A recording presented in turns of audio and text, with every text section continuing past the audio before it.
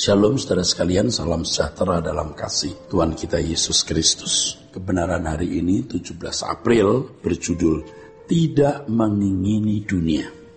Oleh karena kita telah ditebus oleh darah Tuhan Yesus, sejatinya kita tidak boleh merasa berhak memiliki hidup. Orang yang berpikir bahwa Allah tidak berhak atas hidupnya akan tampak dari sikap hidup yang mengingini segala sesuatu untuk kepuasan dirinya. Orang-orang seperti ini berarti bersahabat dengan dunia. Mereka adalah orang-orang yang berkhianat kepada Allah.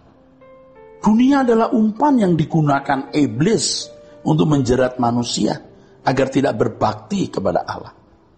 Kenyataan hari ini banyak orang merasa berhak memiliki hidupnya dan menaruh berbagai keinginan dalam dirinya tanpa memperdulikan Tuhan yang memiliki hidup ini.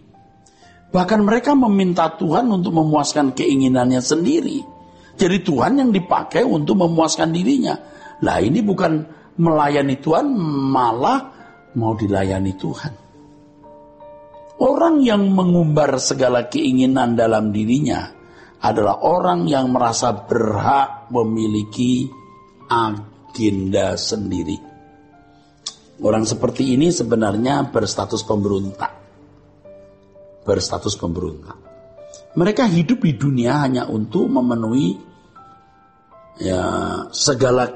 memenuhi hidup dengan segala kegiatan yang berasal dari agendanya sendiri. Ini salah. Mutlak salah. Absolutely wrong.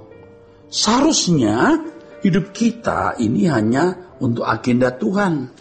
Untuk agenda Tuhan semata-mata, bukan untuk hidup menuruti keinginan kita sendiri.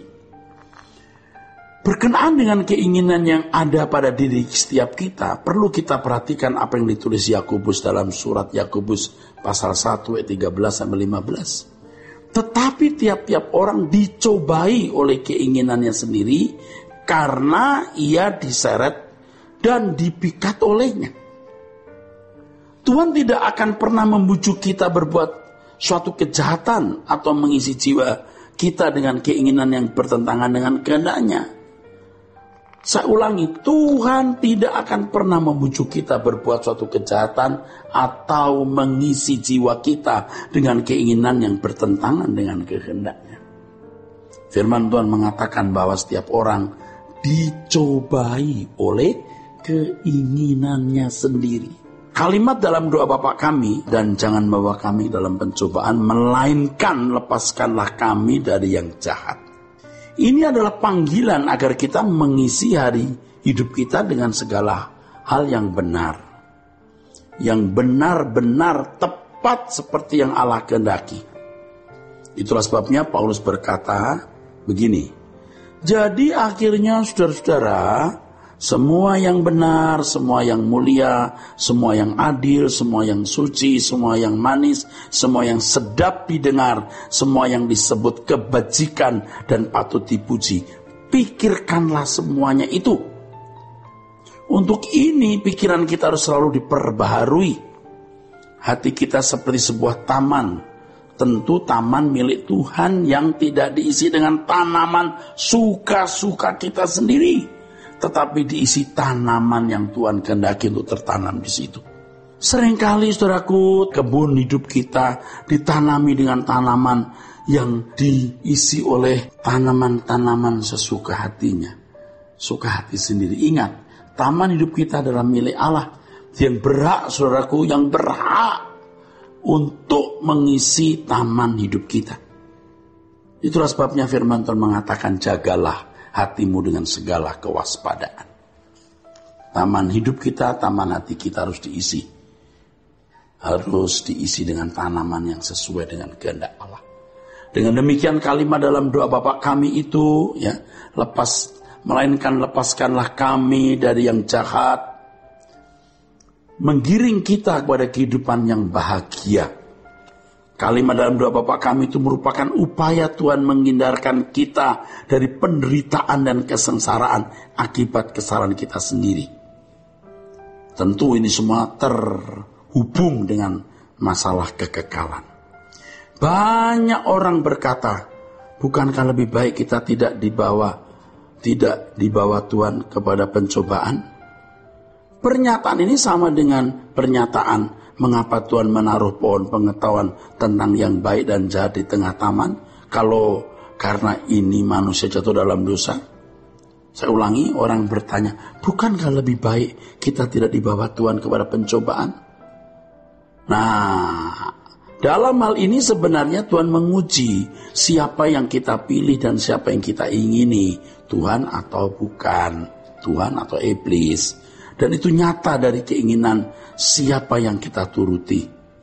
Ya, pencobaan adalah kesempatan untuk menerima kemuliaan, sebab pencobaan akan menjadi jembatan memperoleh kemuliaan, dan pencobaan akan menunjukkan, membuktikan kita mau milih Tuhan atau bukan.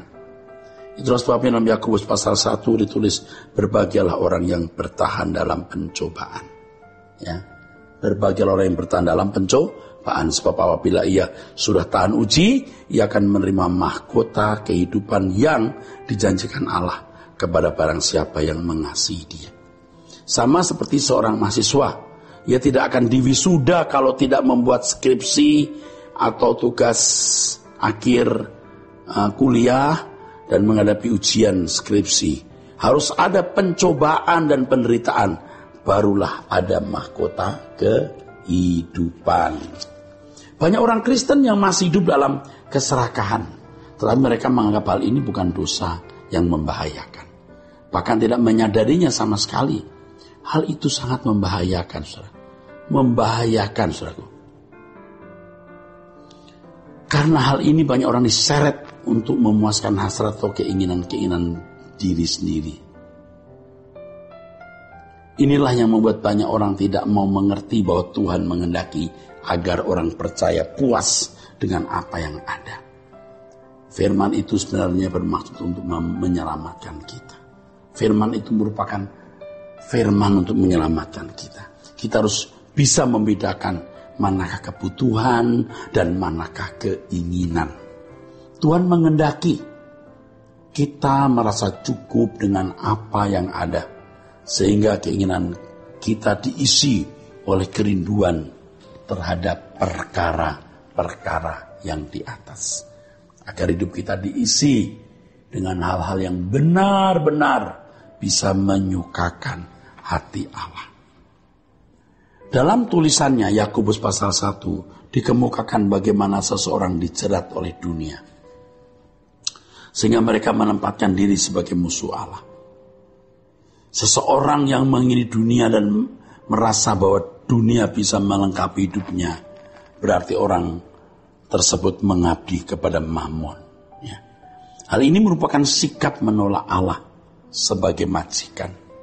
Walaupun bibirnya menyebut Yesus sebagai Tuhan, tetapi dalam kenyataan hidup ini, mereka tidak menerima Yesus dan tidak memperlakukan Yesus sebagai majikan atau Tuhan.